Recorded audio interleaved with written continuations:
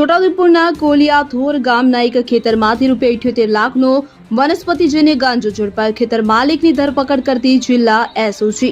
78,15,000નો લીલા ગાંજા સહિત એક ઝડપાયો. ખેતરમાં મૂકી રાખ્યા હતા 507 છોડ. પોલીસે રેડ કરતા ભાંડો ફૂટ્યો. વિગતે વાત કરીએ તો છોટાઉદેપુર જિલ્લાના કોલિયાથોર ગામેથી એક ખેતરમાં વાવેતર કરેલ વનસ્પતિજન્ય ગાંજાના 507 છોડ કે જેની કિંમત ₹78.15 લાખના મુદ્દામાલ સાથે જિલ્લા એસઓજીએ ખેતર માલિકની ધરપકડ કરી છે. છોટાઉદેપુર જિલ્લાના સરહદીય ગામ કોલિયાથોર ગામના ઉદલિયાભાઈ બુચરાભાઈ રાઠવાના ખેતરમાં વનસ્પતિજન્ય ગાંજાનું વાવેતર કર્યું હોવાની બાતમી મળી હતી કે જે પીએસઆઈ મયુરસિંહ જાદવને મળી હતી કે જેથી એસઓજીની ટીમે બાતમી મુજબના ખેતરમાં રેડ કરી હતી. રેડ દરમિયાન ખેતરમાં વાવેતર કરેલ 508 છોડ કે જેનું વજન 156.300 કિલોગ્રામ, કિંમત ₹78.15 લાખનો મળી આવ્યો હતો કે જેથી જિલ્લા એસઓજીએ 78.15 લાખના ગાંજા સાથે ખેતરના માલિક ઉદલિયાભાઈ બુચરાભાઈ રાઠવાની ધરપકડ કરી કાયદેસરની કાર્યવાહી હાથ ધરી છે.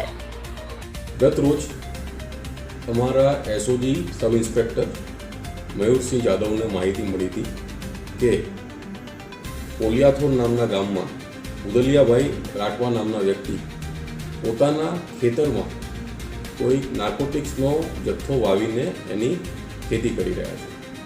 જે બાતમી આધારે એમની ટીમ સાથે એમણે ત્યાં રેડ કરી હતી.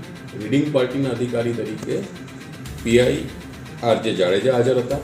સાથે ટીમના મેમ્બરોમાં ભાવસિંહભાઈ, મુકેશભાઈ, મિનેશભાઈ, છત્રસિંહભાઈ, મિતેશભાઈ, દશરથભાઈ, વિક્રમભાઈ, મહેશભાઈ, પ્રવીણભાઈ અને ધર્મિષ્ઠાબેન પણ જોડાયા હતા અને સમગ્ર ટીમને રેડમાં સફળતા મળી હતી.